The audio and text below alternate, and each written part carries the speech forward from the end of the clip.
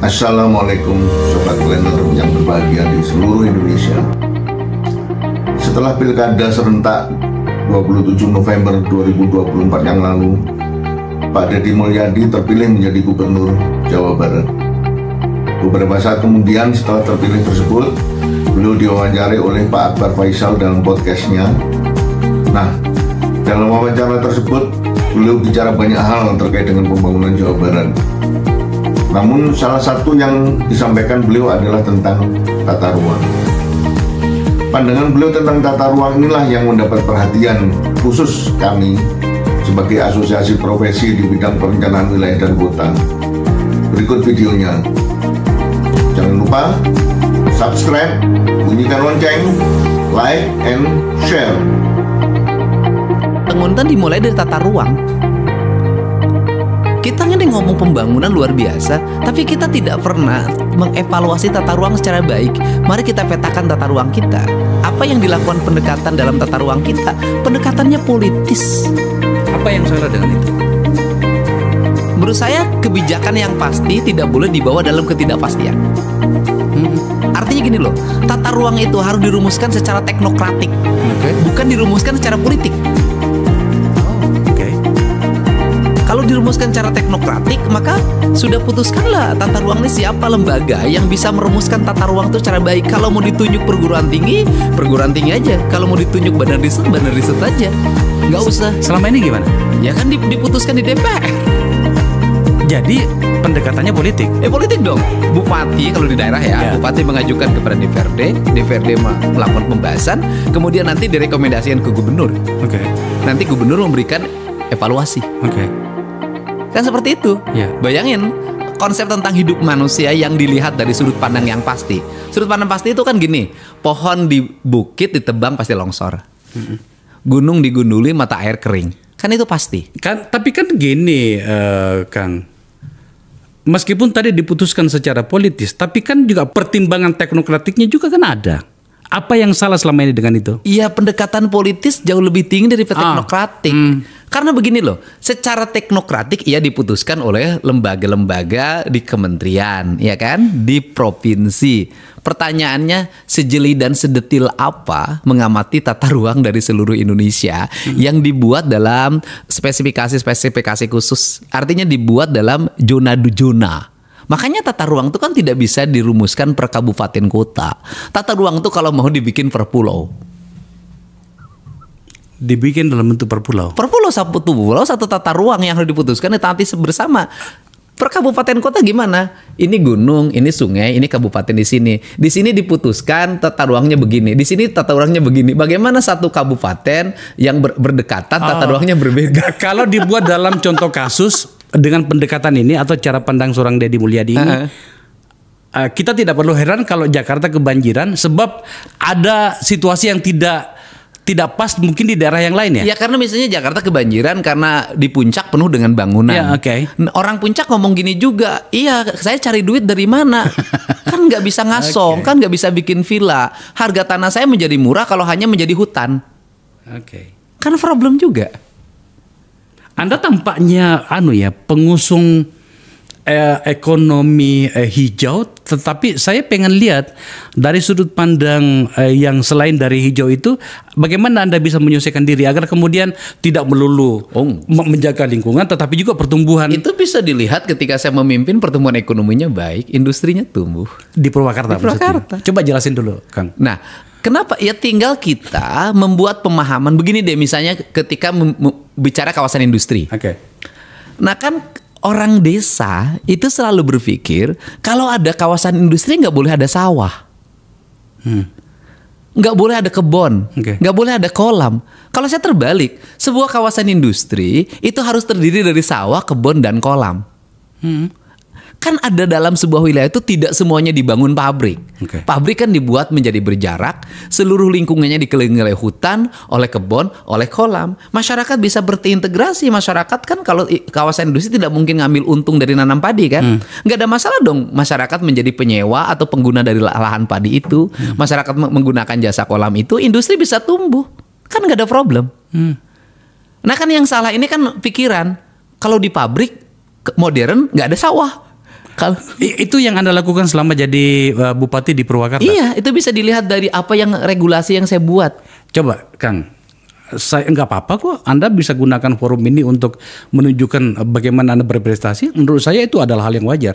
Apa yang Anda lakukan di Purwakarta hingga kemudian Anda kok menjadi sangat fenomenal, setidaknya di kepala seorang Akbar Faisal gitu. Iya, fenomenalnya memang ada kontroversi ya. Ketika saya menganggap yang disebut pembangunan itu pembangunan berkarakter. Saya ini kan orang yang nggak bisa loh, bertuhan tuh nggak boleh dipisahkan dari pembangunan.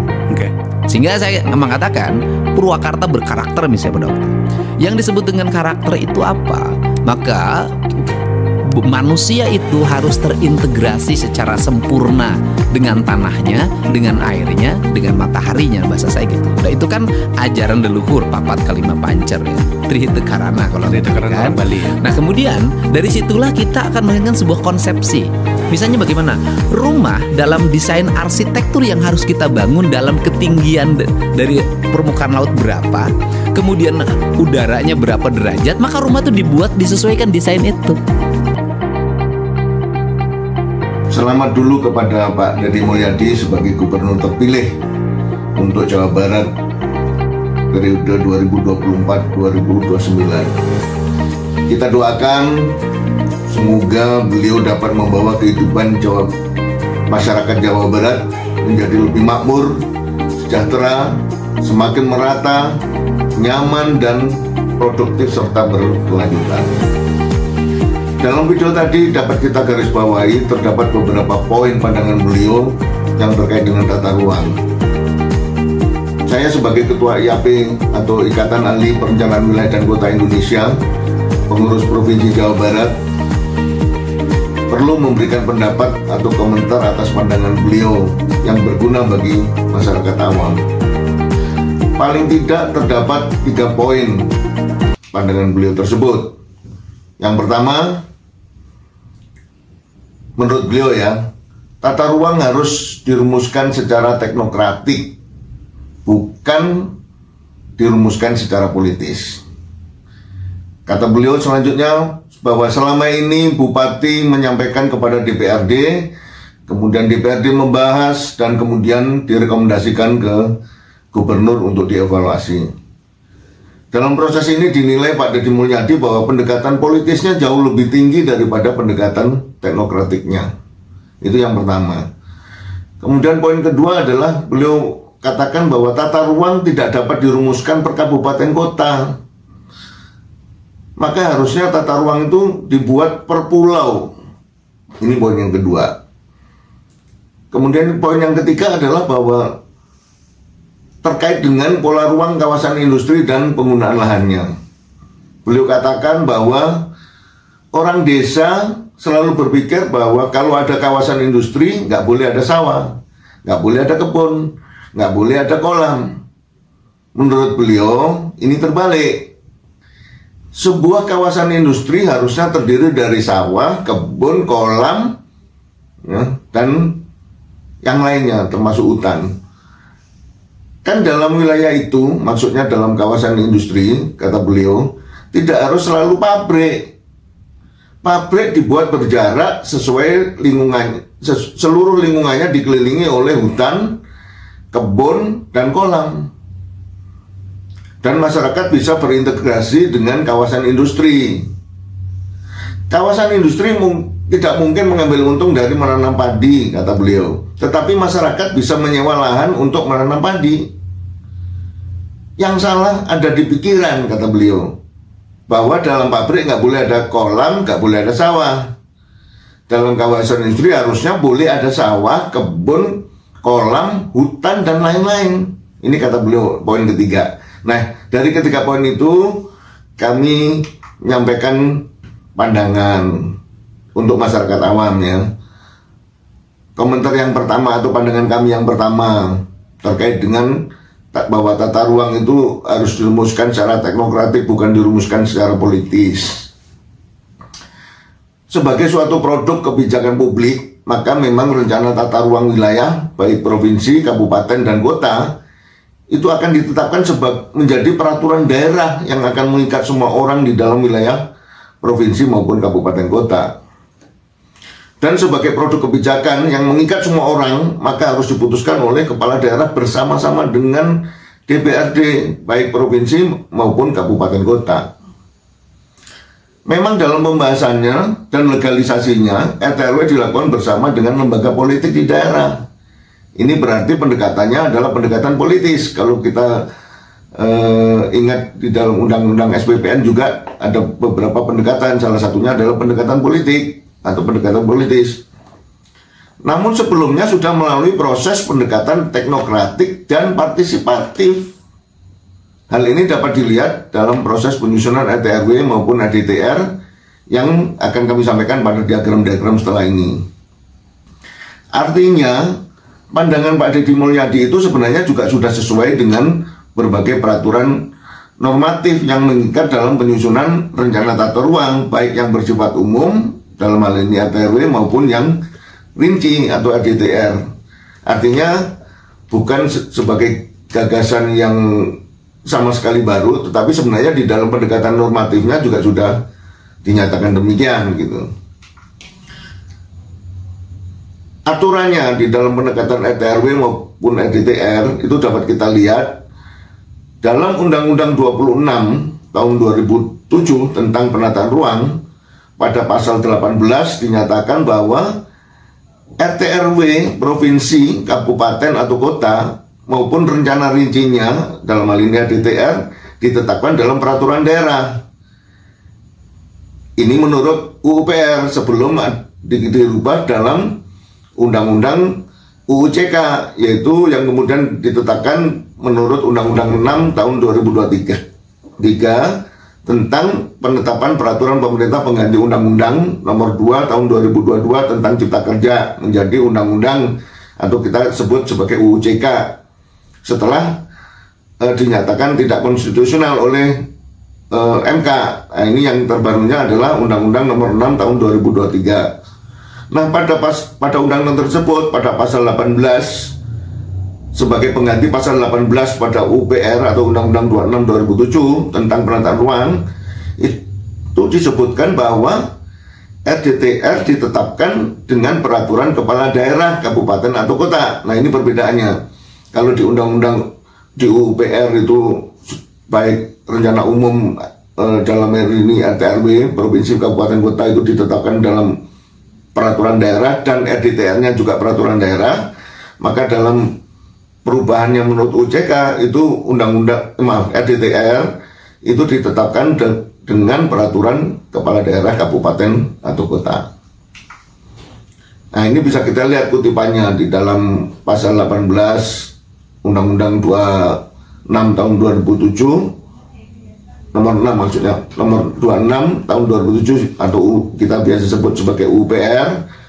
Itu di ayat 2 disebutkan bahwa penetapan rancangan peraturan daerah, kabupaten atau kota tentang rencana tata ruang wilayah kabupaten, kota dan rencana rinci. Ini disebutkan dua-duanya kan. Artinya apa? Di dalam penetapan RT/RW maupun RDTR dua-duanya ditetapkan dalam peraturan daerah. Ini menurut UPR yang lama, maksudnya sebelum dirubah dengan UCK. Nah,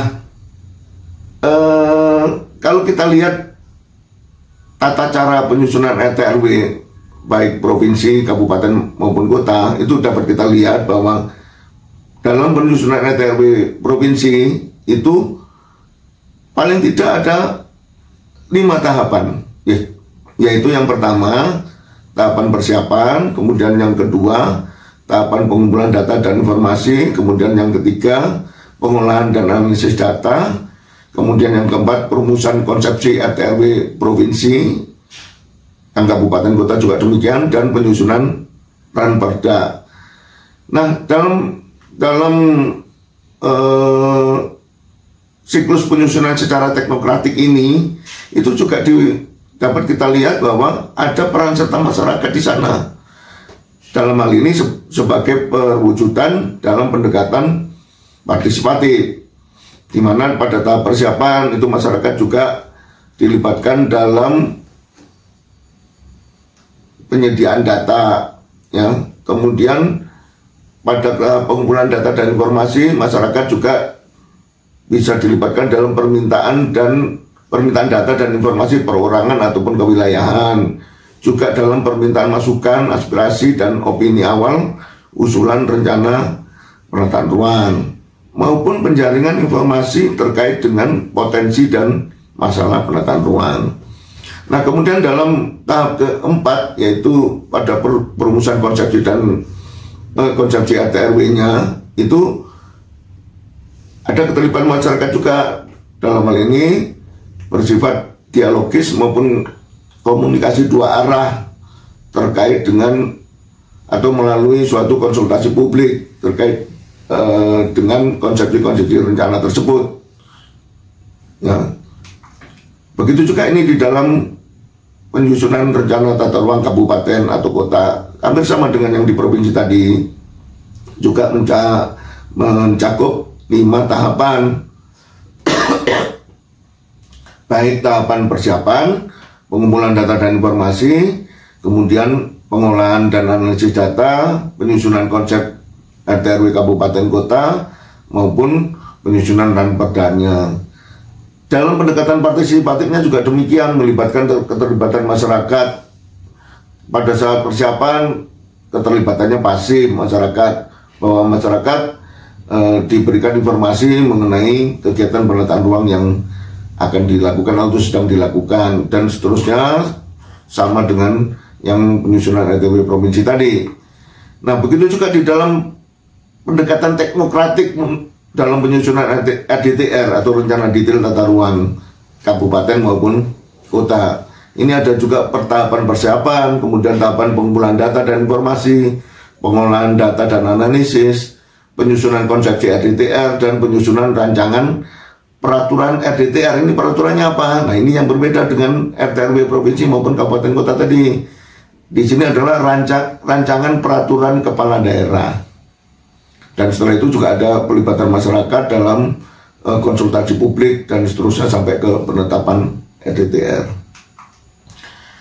Nah, ini dapat kita lihat kutipannya bahwa pada pasal 18 menurut UU-PR, ini sebelum dirubah menurut UU-CK, itu juga dikatakan bahwa penetapan rancangan peraturan daerah kabupaten atau kota tentang rencana tata ruang wilayah kabupaten kota dan rencana rinci ini yang tadi sempat disampaikan sebelumnya. Nah, perubahannya apa? Menurut UU-CK dirubah bahwa penetapan RDTR itu dalam bentuk rencana peraturan kepala daerah. Di pasal 18 itu dinyatakan bahwa sebelum diajukan persetujuan substansi kepada pemerintah pusat, maka rencana tata ruang kabupaten kota, rencana detail tata ruang kabupaten kota yang dituangkan dalam rancangan peraturan kepala daerah. Nah, ini perlu digarisbawahi bahwa ada rancangan peraturan kepala daerah, bukan rancangan peraturan daerah. Ini bedanya setelah UU-CK ya. Nah, itu komentar kami yang terkait dengan pandangan beliau terkait dengan bahwa penyusunan RT/RW itu harus teknokratis.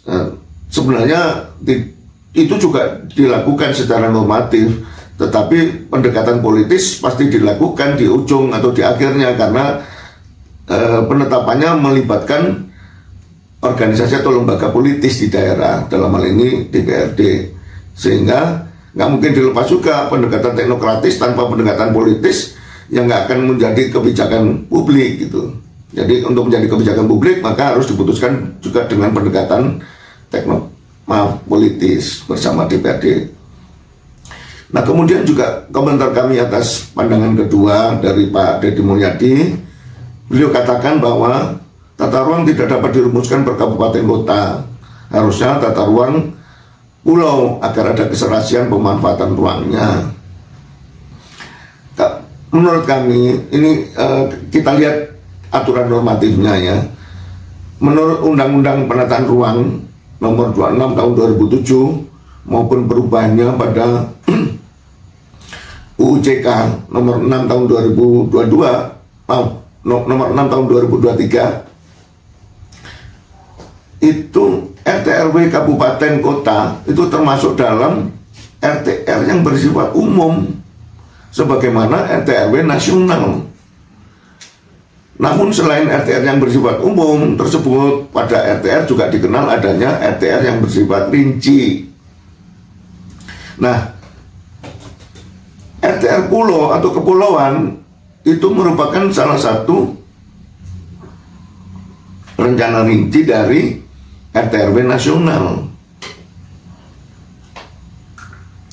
Jadi baik RT/RW kabupaten atau kota maupun RTR pulau atau kepulauan, dua-duanya memang ada dan disebutkan di dalam peraturan perundangan.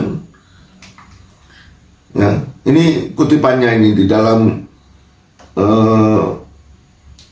UU PR maupun di dalam UU JK. Menurut UU PR ini pada pasal 14 ya, ayat 3 itu dinyatakan bahwa rencana rinci tata ruang dimaksud pada ayat 1 huruf B terdiri dari rencana tata ruang pulau atau kepulauan dan rencana tata ruang kawasan strategis nasional 1. Yang kedua dinyatakan ada rencana tata ruang kawasan strategis provinsi. Ini yang kemudian dalam UJK dihapus. Kemudian yang ketiga adalah rencana detail tata ruang kabupaten atau kota dan rencana tata ruang kawasan strategis kabupaten kota. Nah, rencana strategis kabupaten kota juga dihapuskan.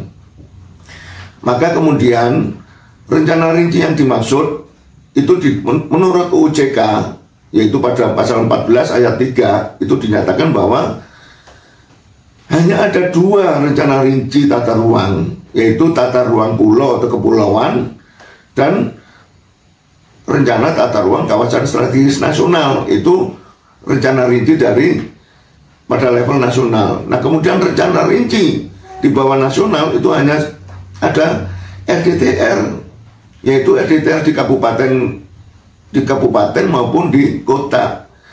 Yang sebelumnya ada rencana strategis provinsi dan rencana kawasan strategis kabupaten kota sudah dihilangkan menurut UJK ini, jadi tinggal 2 itu.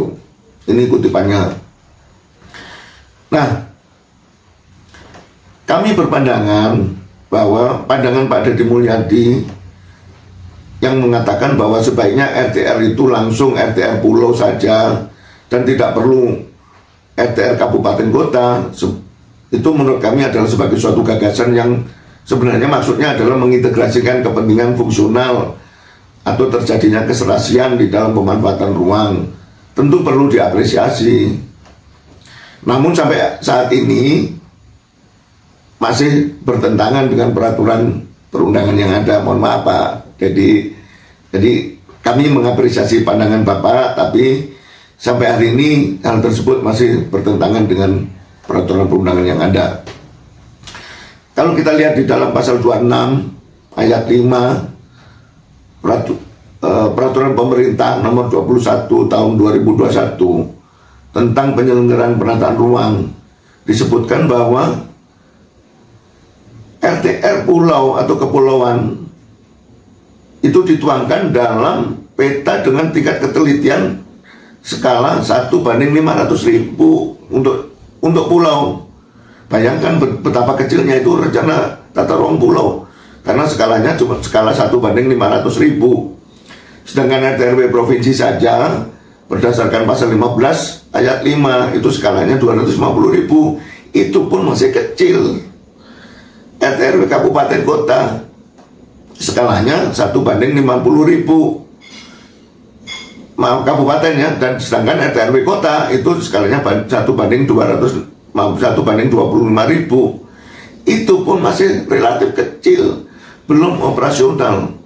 Jadi berdasarkan skalanya, jika RTR langsung pada skala 1:500.000 pada rencana tata ruang pulau tersebut, maka tentu belum operasional. Dan pola ruang yang diplot juga belum cukup detail sebagaimana pola ruang dalam RT/RW kota. Apalagi bila dibandingkan dengan RDTR kabupaten kota.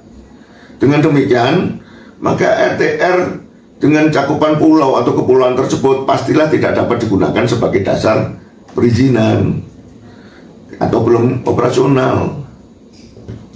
Jadi menurut kami, walaupun kami menghargai pandangan Pak Dedi, tetapi untuk RT/RW pulau tersebut belum dapat menjadi pedoman yang operasional di dalam perwujudan penataan ruang yang baik. Nah, pandangan kami atas pandangan beliau yang ketiga, poin ketiga, terkait dengan kawasan industri dan penggunaan lahannya. Kami sebutkan lagi, kami ulangi, pendapat Pak Dedi mengatakan bahwa orang desa selalu berpikir kalau ada kawasan industri, nggak boleh ada sawah, nggak boleh ada kebun, nggak boleh ada kolam. Menurut Pak Dedi juga hal ini terbalik. Sebuah kawasan industri harusnya terdiri dari sawah, kebun, dan kolam. Karena di dalam wilayah itu, maksudnya dalam kawasan industri tidak harus selalu pabrik, di mana pabrik dibuat berjarak, seluruh lingkungannya dikelilingi oleh hutan, kebun, dan kolam. Masyarakat bisa berinteraksi dalam kawasan industri itu. Kawasan industri tidak mungkin mengambil untung dari menanam padi, tapi masyarakat bisa menyewa lahan untuk menanam padi. Yang salah, kata beliau, ada di pikiran bahwa dalam pabrik nggak boleh ada kolam, nggak boleh ada sawah. Dalam kawasan industri harusnya boleh ada sawah, ada kebun, dan ada kolam maupun hutan dan lain-lain. Nah, pandangan kami atau pendapat kami, kalau yang dimaksud Pak Dedi Mulyadi adalah memang pola ruang kawasan industri, maka menurut kami terjadi kesalahan dalam penggunaan terminologinya. Hal ini masih dapat ditoleransi, mungkin karena beliau tidak dilahirkan dalam pendidikan teknik planologi ataupun perencanaan wilayah dan kota. Jadi kami menghargai. Sepertinya yang dimaksud beliau adalah kawasan peruntukan industri atau biasa kita singkat dengan KPI. Nah, dalam KPI ini memang boleh ada kebun, ada kolam, ada sawah, namun dominasinya tetap fungsi industri. Kalau yang dimaksud beliau adalah KPI ini, maka pandangan beliau boleh diterapkan, walau ada batasan bahwa dalam kawasan KPI tersebut ada dominasi pemanfaatan ruang tetap untuk pemanfaatan fungsi industri. Nah, sebagai tambahan informasi, mengapa penggunaan terminologi kawasan industri tersebut tidak tepat? Berikut penjelasannya. Dalam penjelasan PP nomor 21 tahun 2021 tentang penyelenggaraan penataan ruang, pada pasal 107 dinyatakan bahwa yang dimaksud dengan kawasan industri adalah kawasan tempat pemusatan kegiatan industri yang dilengkapi dengan sarana dan prasarana penunjang yang dikembangkan dan dikelola oleh perusahaan kawasan industri. Jadi perlu digarisbawahi bahwa ada suatu kawasan industri. Dalam kawasan industri itu selalu ada perusahaan kawasan industri sebagai pengelolanya. Dengan pengertian kawasan industri bagaimana tadi disebutkan, maka dalam kawasan industri itu perusahaan kawasan industri menguasai seluruh lahan di dalam kawasan industri tersebut dan mengusahakan sarana maupun prasarana yang dibutuhkan oleh industri-industri dalam kawasan industri tersebut. Oleh karena itu, untuk mengelola kawasan industri tersebut cukup membutuhkan biaya yang cukup besar, dan industri-industri di dalam kawasan industri juga seringkali banyak yang sensitif dan membutuhkan tingkat keamanan khusus. Maka biasanya ruang dalam kawasan industri itu dibatasi oleh pagar, sehingga tidak semua orang bisa masuk dalam kawasan industri. Dan karena tidak semua orang boleh masuk kawasan industri tersebut, maka tidak mungkin dalam kawasan industri ada sawah yang dikelola petani, ada kolam yang dikelola peternak ikan, ada kebun yang dikelola oleh pekebun. Jika kita sebagai pimpinan perusahaan kawasan industri tersebut, sepertinya kita juga tidak akan izinkan ada petani dalam kawasan industri. Begitu juga peternak maupun pekebun dalam kawasan industri. Tapi apapun itu, gagasan Pak Dedi Mulyadi tentu perlu kita apresiasi. Hanya mungkin beliau kurang tepat menyebutkan terminologi kawasan industrinya, karena harusnya digunakan term kawasan peruntukan industri yang boleh ada macam-macam penggunaan lahan tadi, walaupun dominasinya tetap harus fungsi industri. Dan kalau beliau tidak keselio menggunakan terminologi tersebut, mungkin kami juga tidak bikin komentar atau pandangan ini. Salam profesional dan tetap berbahagia.